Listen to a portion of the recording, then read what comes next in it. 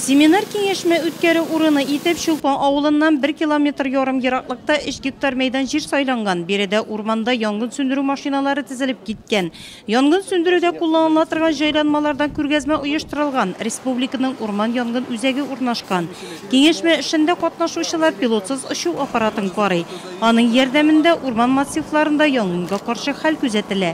Республика территориясендә урманнарның куркынычсызлыгын 23 янгын химик станцияләре тәэмин итә. Урманчылыкларда янгын чыгу куркынычы булган урыннарда 16 янгын вышкалары урнаштырылган.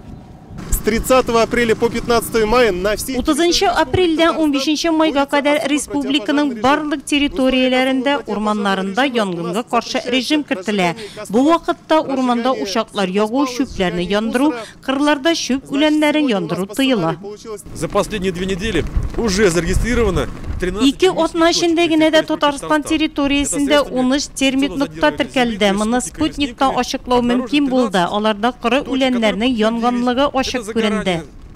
Сценарий буенча кыры үләнгә капкан ут тиз арада Заречный балалар ял лагерына күчә. Янгын урынына участок урманчысы җитәкчелегендә урман патруль төркеме килеп җитә. Янгын көчәя бара. Әлеге урынга Нурлат урманчылыгыннан техникалар тиз арада килә. Трен таккан МТЗ-80 тракторы авылга кызыл әтәч күчмәсен диеп җирне сөрә. Әмма көчле ут бирешергә уйламый. Жил көчәя бара. Заречный, Шулпан авыллары куркыныч астында. Урманда янгын сөндерүчеләр командасының бер әгъзасы зыян күрә. Аны тиз арада ашыгыч ярдәм машинасында алып китәләр.